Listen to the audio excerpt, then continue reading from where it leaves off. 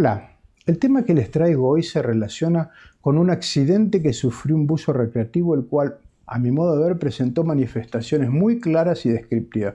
Sin embargo, en el momento no las relacionaron con un accidente tan severo.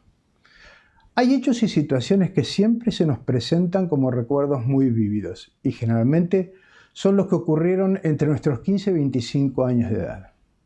No voy a entrar en detalle cuál es la razón de esto, pero yo suelo traer a la memoria momentos de mi época de la escuela de medicina y hoy les quiero contar un recuerdo de mi época de estudiante, especialmente durante lo que nosotros llamábamos unidad hospitalaria. Ahora no sé si se sigue llamando así, pero eran los últimos 3 años de la carrera donde cursábamos las materias en el hospital con pacientes reales. De varios, hay 2 conceptos que nos repetían nuestros profesores y docentes muy frecuentemente.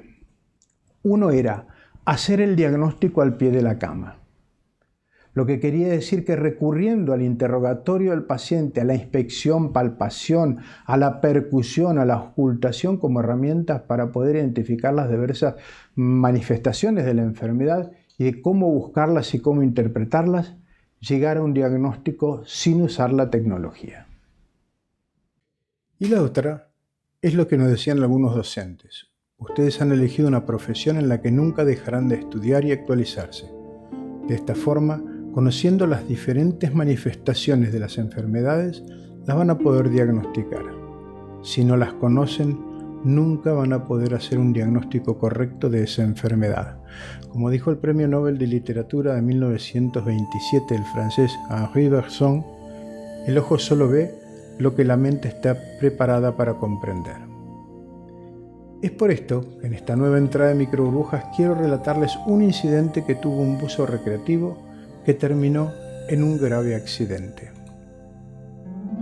Durante la presentación realizaré una descripción del buceo que hizo el buzo, el incidente al que se enfrentó, cuáles fueron las primeras manifestaciones que presentó el buzo, cómo evolucionaron sus síntomas y las indicaciones que recibió en el sitio de buceo, hasta que fue trasladado a una unidad hospitalaria donde permaneció internado y se le realizaron diversas medidas diagnósticas y terapéuticas hasta su alta.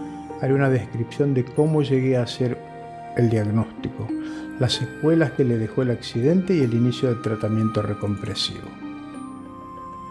Cómo fueron evolucionando los síntomas y signos residuales al tratamiento recompresivo y finalmente haré una introducción a uno de los cuadros más graves que pueden presentarse durante la práctica del buceo, el aeroembolismo arterial gaseoso. El buzo en cuestión es una persona joven y atlética con poca cantidad de buceos realizadas como buzo recreativo. Hizo una inmersión al mediodía en un lago de montaña a una profundidad máxima de unos 10 a 12 metros con el objetivo de acompañar a otros buzos respirando aire. El tiempo de fondo fue de alrededor de 15 minutos. Su estado físico antes del buceo era muy bueno. Mientras se encontraba en el fondo, se le comenzó a empañar la máscara y al no poder solucionar el inconveniente, realizó un ascenso rápido a superficie, pero controlado según declaró. Al llegar a superficie se encontraba desorientado, con cefalea intensa de 8 a 9/10 en la región frontal y ambas zonas temporales, las sienes. Posteriormente, y ya en tierra firme, presentó mareos y vómitos con sangre. Posteriormente, tuvo episodios de tos con sangre. A los 90 minutos de haber salido del agua, comenzó a sentir mucha fatiga y cefalea asociado a hormigueo en la mano y el pie derecho. Por ese motivo fue trasladado a una unidad hospitalaria. Al ingreso a la guardia, la cefalea se hizo más intensa, por lo que recibió oxígeno por cánula nasal e hidratación endovenosa. Se le realizaron estudios de imágenes de cerebro, las cuales fueron normales. Estando internado, presentó disminución de la fuerza en la mano y en pierna derecha. Se le realizó el diagnóstico de hemiparesia derecha, es decir, disminución de la fuerza en el hemicuerpo derecho. Y a las 48 horas fue dado de alta con controles ambulatorios. Al levantarse por las mañanas presentaba dificultad para caminar por unas 2 horas y dificultad en la visión del ojo derecho. Aproximadamente a las 2 semanas de haber sufrido el accidente, me contactó un familiar del buzo describiéndome lo ocurrido. Mediante un interrogatorio dirigido, llegué a la conclusión que el buzo habría tenido un cuadro de sobredistensión pulmonar con aeroembolismo arterial gasoso agudo. Ante la persistencia de los síntomas y signos, y teniendo en cuenta el tiempo transcurrido, le indiqué que lo más apropiado sería iniciar tratamiento de oxigenoterapia hiperbárica. En la zona donde se encontraba el buzo no hay una cámara de recompresión, por lo que fue derivado a otra localidad donde contaban con una cámara de recompresión multiplaza. Finalmente, el buzo inició el tratamiento hiperbárico unas 3 semanas después de haber tenido el accidente. El buzo inicialmente fue evaluado por el médico del servicio hiperbárico y realizó un total de 10 sesiones de oxigenoterapia hiperbárica a 2.5 atmósferas por 120 minutos cada una. En el video de la izquierda se puede ver la evaluación de la fuerza al miembro inferior derecho antes de iniciar el primer tratamiento hiperbárico. En el de la derecha, la fuerza al miembro inferior derecho una vez finalizado el primer tratamiento. Observen que se encontraba bastante mejorado. En los dos videos se puede observar comparativamente las fuerzas de los miembros superiores. El de la izquierda después del segundo tratamiento y el de la derecha después del tercer tratamiento. Es de destacar el aumento de la fuerza en el miembro superior derecho.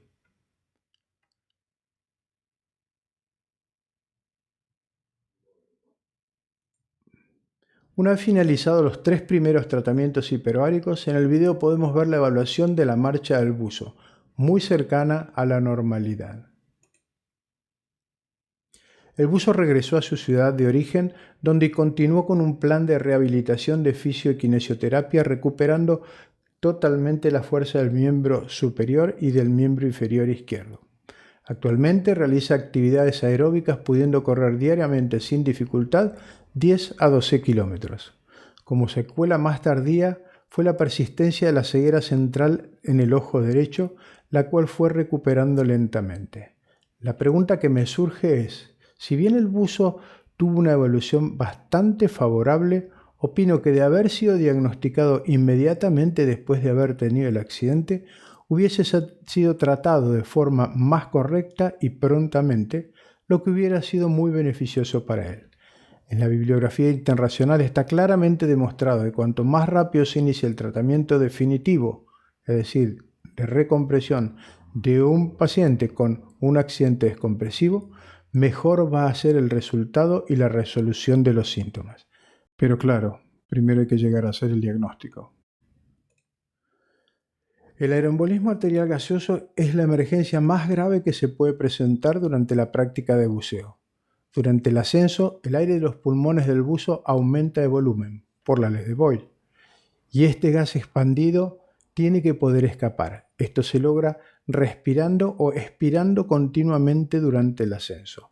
Si se alcanza el volumen crítico de los pulmones conteniendo la respiración durante el ascenso, los pulmones se sobredistienden, lo que puede producir que se desgarren o que se rompan. El aeroembolismo arterial gaseoso se produce si el gas que estaba respirando el buzo se escapa a través de los desgarros de los alvéolos pulmonares y pasa al torrente sanguíneo, a los capilares pulmonares. El gas puede entrar en los tejidos o en el torrente sanguíneo, lo que puede provocar lesiones graves o incluso la muerte.